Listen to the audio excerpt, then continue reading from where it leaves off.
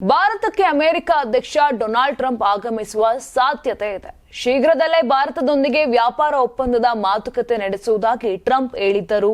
ಇದೀಗ ಭಾರತದ ಭೇಟಿ ಬಗ್ಗೆ ಟ್ರಂಪ್ ಅವರೇ ಸುಳಿವು ನೀಡಿದ್ದಾರೆ. ಜೊತೆಗೆ ಪ್ರಧಾನಿ ನರೇಂದ್ರ ಮೋದಿ ಅವರನ್ನು ಹಾಡಿ ಹೊಗಳಿದ್ದಾರೆ. ಪ್ರಧಾನಿ ನರೇಂದ್ರ ಮೋದಿ ಒಬ್ಬ ಮಹಾನ್ ವ್ಯಕ್ತಿ. ಅವರು ನನ್ನ ಸ್ನೇಹಿತ. ನಾನು ಮಾತನಾಡುತ್ತೇವೆ. ನಾನು ಅಲ್ಲಿಗೆ ಹೋಗಬೇಕೆಂದು ಬಯಸುತ್ತಾರೆ.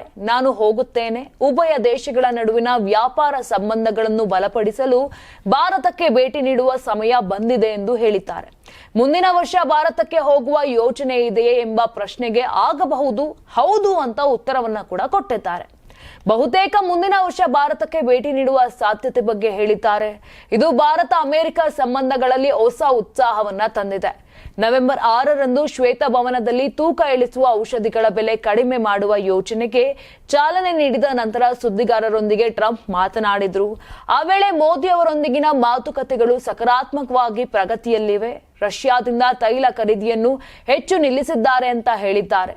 ಒಟ್ನಲ್ಲಿ ಟ್ರಂಪ್ ಹೇಳಿಕೆಗಳು ಭಾರತ ಅಮೆರಿಕ ಸಂಬಂಧಗಳನ್ನ ಬಲಪಡಿಸುತ್ತಿವೆ. ರಷ್ಯಾ ತೈಲ ಸುಂಕದ ಹೊರತಾಗಿಯೂ ಇಂಧನ ಮತ್ತು ವ್ಯಾಪಾರದಲ್ಲಿ ಸಹಕಾರ ಹೆಚ್ಚುತ್ತಿದೆ. ಮೋದಿ ಟ್ರಂಪ್ ಸ್ನೇಹವು ಇದರ ಕೇಂದ್ರ ಬಿಂದು. ಮುಂದಿನ ಭೇಟಿ ಈ ಸಂಬಂಧಗಳಿಗೆ ಹೊಸ ದಿಕ್ಕು ನೀಡಬಹುದು ಎನ್ನಲಾಗಿದೆ. ನೀವು ಸಣ್ಣ ಆಗ್ಬೇಕಲ್ವಾ? ಅದು ಒಂದು ಉತ್ತಮ ಆಹಾರದಿಂದ ಸಣ್ಣ ಆಗ್ಬೇಕಲ್ವಾ? ಪ್ರತಿದಿನ ನಮ್ಮ ಜೀನಿ ಸ್ಲಿಮ್ ನ ಯೂಸ್ ಮಾಡಿ ಯಾವುದೇ ಸೈಡ್ ಎಫೆಕ್ಟ್ ಇಲ್ದಂಗೆ ನೀವು ಸಣ್ಣ ಆಗ್ತೀರಾ.